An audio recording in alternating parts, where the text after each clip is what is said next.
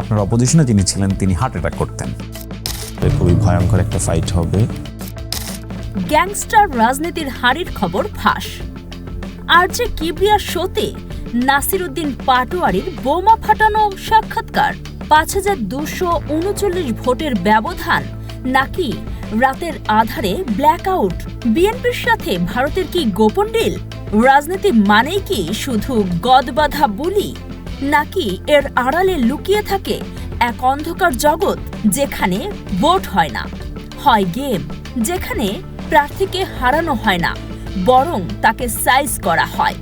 গতকাল রাতে আরজে কিবরিয়ার পডকাস্টে এমনই এক বিস্ফোরক সাক্ষাৎকার দিলেন এনসিপি বা জাতীয় নাগরিক পার্টির আলোচিত নেতা নাসিরউদ্দিন পাটোয়ারি। ঢাকা ৮ আসন, মির্জা আব্বাসের দুর্গ, সেই দুর্গে হানা দিয়ে মাত্র ৫,২৩৯ ভোটে হেরে যাওয়া এই তরুণ নেতা যা বললেন তা শুনে গা শিউরে উঠবে।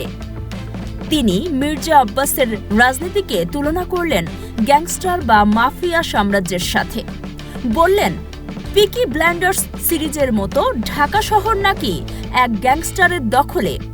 চাঁদাবাজি, দখলদারিত্ব এবং রাতের আধারে ভোটের ব্ল্যাকআউট সবকিছুর সাক্ষী তিনি, কিন্তু বোমা ফাটালেন অন্য জায়গায়। বিএনপির সাথে ভারতের কি কোনো গোপন ডিল হয়েছে? কেন তিনি বলছেন বিএনপিকে পেট নষ্ট করার জন্য ২১৩ আসন দেওয়া হয়েছে? এবং খালেদা জিয়া বেঁচে থাকলে কি এই পরিস্থিতি হতো? আজ আমরা ব্যবচ্ছেদ করব এই পডকাস্টের প্রতিটি শব্দ। দেখব নাসিরউদ্দিন পাটোয়ারি কি শুধুই হেরে যাওয়া প্রার্থীর ক্ষোভ ঝাড়লেন, নাকি আগামীর রাজনীতির এক ভয়ঙ্কর সতর্ক বার্তা দিলেন? সাক্ষাৎকারের শুরুতেই উঠে এলো নির্বাচনের সেই রাতের কথা। নাসিরউদ্দিন পাটোয়ারি বলছেন, আমরা পিকি ব্লাইন্ডার্সে যেটা দেখেছিলাম, পুরো গ্যাংস্টার ফ্যামিলিতে সবাই গ্যাংস্টার থাকে, সেই ফাইটটা আসলে খুবই ভয়ঙ্কর একটা ফাইট হবে। তিনি অভিযোগ করছেন, নির্বাচনের দিন সন্ধ্যা পর্যন্ত সব ঠিক ছিল, কিন্তু রাতের আধারে ৯৭টি কেন্দ্রে একসাথে অ্যাটাক চালানো হয়, ব্ল্যাক আউট করে দেওয়া হয় ফলাফল। কিন্তু যখন প্রশাসনের কাছে গেলেন তখন ডিসি তাকে বললেন, আপনারা করেন, আমি গেলে রক্তক্ষয়ী সংঘর্ষ হবে। নাসিরউদ্দিনের দাবি, তিনি চাইলে সেই রাতে ৫০-৬০ হাজার লোক নামাতে পারতেন, রক্তক্ষয়ী সংঘর্ষ হতো, কিন্তু তিনি তা করেননি। কেন? তিনি বলছেন, আমি এমপি হতাম, পার্লামেন্টে যেতাম, কিন্তু মাঝখান দিয়ে কিছু মায়ের বুক খালি হতো, আমি হসপিটালে গিয়ে তাদের কি জবাব দিতাম? এই একটি কথা প্রমাণ করে জেনজি বা নতুন প্রজন্মের রাজনীতি আর পুরনো মারামারির রাজনীতি এক নয়। তারা ক্ষমতার চেয়ে মানুষের জীবনকে বেশি গুরুত্ব দেয়। কিন্তু প্রশ্ন হলো, মির্জা আব্বাস কি সত্যিই গ্যাংস্টার? নাসিরউদ্দিন বলছেন, উনি ঢাকা শহরে ফাইন্যান্সিয়াল সাম্রাজ্য নিয়ন্ত্রণ করেন, চাঁদাবাজি, দখলদারিত্ব সবকিছুর গডফাদার তিনি। একজন গুলিস্তানের ব্যবসায়ীর কান্নার গল্প শুনিয়ে তিনি বোঝালেন কেন এই সিস্টেম ভাঙা দরকার।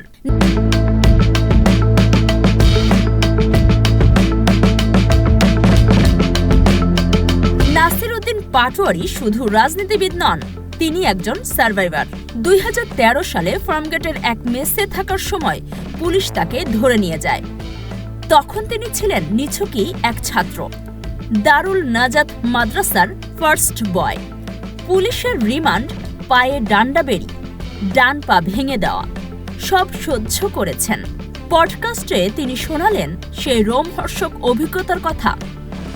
আমাকে যখন রিমান্ডে নিল, আমি বললাম, আমি তো নামাজ পড়ি। ওরা বলল, তুই তো আসলেই শিবির। তারপর আবার মারল।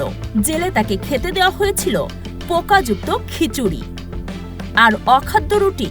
ইলিশ ফাইলে ঘুমানোর সেই স্মৃতি আজও তাকে তাড়া করে। কিন্তু আসল চমক হলো, জেল থেকে বেরিয়ে ভাঙা পা নিয়ে তিনি ঢাকা বিশ্ববিদ্যালয়ের ভর্তি পরীক্ষায় অংশ নেন এবং ১১তম স্থান অধিকার করেন। এটি কোনো সিনেমার গল্প নয়, এটি নাসিরউদ্দিনের জীবনের গল্প। আরজে কিবরিয়া অবাক হয়ে বললেন, আপনার তো এক হওয়ার কথা ছিল। নাসির হাসলেন। এই অদম্য জেদই তাকে আজকের বারুদ পাটোয়ারি বানিয়েছে। তবে পডকাস্টের সবচেয়ে বিস্ফোরক অংশ ছিল বিএনপির রাজনীতি নিয়ে তার বিশ্লেষণ। নাসির উদ্দিন সরাসরি অভিযোগ করেছেন, বিএনপির কতিপয় ব্যক্তির সাথে ভারতের একটি ডিল আছে। তিনি বলছেন, বিএনপিকে 213 আসন দেওয়া হয়েছে তাদের পেট নষ্ট করার জন্য। যখন কাউকে মারতে চান তাকে একটু বেশি খাইয়ে পেট নষ্ট করে দেওয়া হয়। তার মতে ভারত বিএনপিকে ক্ষমতায় এনেছে ঠিকই, কিন্তু তাদের ভেতরে গুপ্ত এজেন্ট ঢুকিয়ে দিয়েছে। ফলে বিএনপি চাইলেও স্বাধীনভাবে কাজ করতে পারবে না। নাসির উদ্দিন আক্ষেপ করে বলেন, যদি বেগম খালেদা জিয়া আরও থাকতেন হয়তো এটা হতো না। জিয়াউর রহমানের আদর্শের লোকগুলো যদি আরও বেশি থাকত এটা হতো না। তিনি মনে করেন বিএনপি এখন বাংলাদেশের জাতীয়তাবাদ থেকে সরে গিয়ে উল্টো পথে হাঁটছে। মুখে বলছে দক্ষিণে যাব, কিন্তু যাচ্ছে উত্তরে। এই ডিল কি বাংলাদেশকে আবারও ভারতের হাতের পুতুল বানাবে, নাকি বিএনপি এই ফাঁদ থেকে বের হতে পারবে? আওয়ামী লীগ প্রসঙ্গে তার অবস্থান পরিষ্কার। তিনি বলছেন, আওয়ামী লীগ কোনো পলিটিক্যাল পার্টি নয়, এটি ভারতের এক্সটেনশন বা বর্ধিত অংশ। নৎসে বাহিনীর মতো এই দলটির বিচার হওয়া উচিত। আর জামায়াতের সাথে এনসিপির জোট, তিনি বলছেন, এটি কোনো আদর্শিক বিচ্যুতি নয়, এটি স্ট্র্যাটেজিক অ্যালায়েন্স। চাঁদাবাজি, সন্ত্রাস ও ভারতের আধিপত্যবাদের বিরুদ্ধে জামায়াতের সাথে তাদের মিল হয়েছে।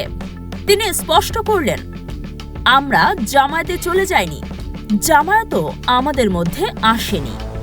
আমরা একটি কমন গ্রাউন্ডে কাজ করছি। নাসির উদ্দিনের ভবিষ্যৎবাণী, সামনে বিএনপির জন্য কঠিন সময়। তারা যদি সংস্কার না করে, যদি আবার আওয়ামী লীগকে পুনর্বাসন করে, তবে দেশে গৃহযুদ্ধ বেঁধে যেতে পারে। We will resist. সব মিলিয়ে আরজে কিবরিয়ার এই শোটি ছিল বাংলাদেশের রাজনীতির এক এক্সট্রা রিপোর্ট। নাসির উদ্দিন পাটোয়ারি প্রমাণ করলেন, তিনি শুধু ভোটের মাঠের খেলোয়াড় নন, তিনি এক ভিশনারি লিডার। তার এই সাক্ষাৎকার কি বিএনপির হাইকমান্ডের ঘুম হারাম করবে? মির্জা আব্বাসের গ্যাংস্টার তকমা কি মুছবে? আর ভারতের সাথে সেই গোপন ডিল কি সত্যিই আছে? সম্ভাবনার বাংলাদেশ নাকি সংকটের আবর্ত? পাটোয়ারির এই বারুদ বক্তব্য রাজনীতিতে কি ঝড় তোলে তা দেখার জন্য চোখ রাখুন আমাদের চ্যানেলে।